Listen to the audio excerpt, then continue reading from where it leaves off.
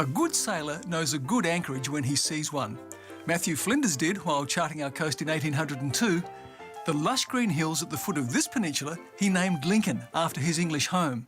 In the same breath, he surveyed the broad sweeping bay and added the word port.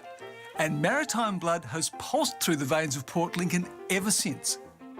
Governor John Hindmarsh was convinced that Adelaide needed to be there even before he'd left England, and he and Colonel Light were at loggerheads over the city site.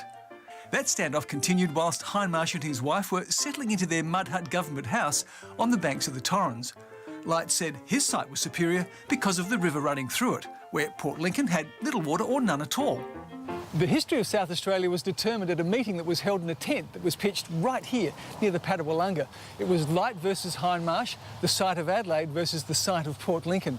Now, only landholders could vote, and one of the very influential ones, John Morfett, he of Morfettville, Morfett Vale and Morfett Street, turned up with 151 votes for Light. And he needed them, because he only beat Hindmarsh by 78 votes. The first settlers arrived at Port Lincoln in 1839. These photos were taken at a reenactment 100 years later.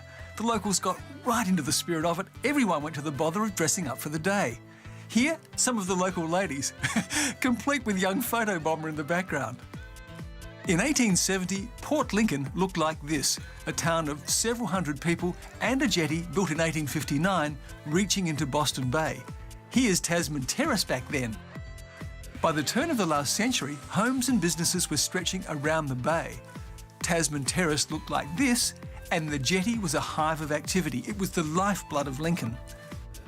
The surrounding lands were perfect for grain growing, and that wonderful deep harbour, 3.5 times the size of Sydney Harbour, saw shipping from around the world, and a new jetty was built in the early 1900s. It must have been amazing to wander along it and see those beautiful tall ships.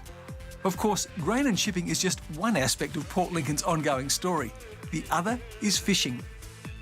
When this film was taken in the late 1940s, professional fishing still had the look and feel of a cottage industry, a far cry from today's multi-million-dollar operation, but it certainly was abundant. And for the keen amateur as well, just like today, a fishing charter with a skipper who knows the waters well always improved your chances. Here's the proof of that. You think Port Lincoln, think tuna.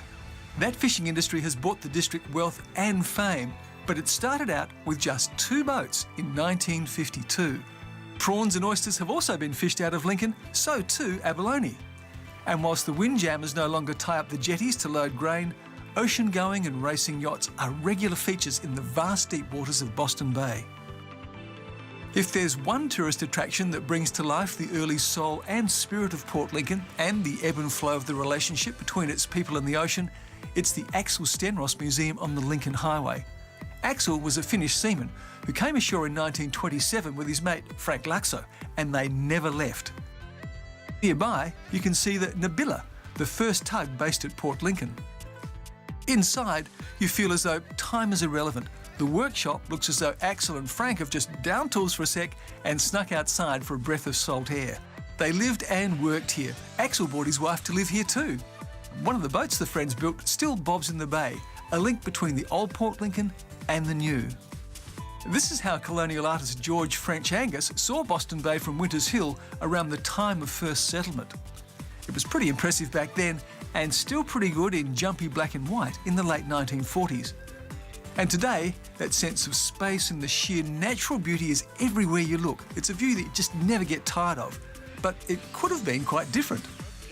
The pages of history are littered with what-ifs and maybes, and this view behind me here at Windy Point is a classic illustration for those pages, because what if Hindmarsh had won the vote down at Glenelg?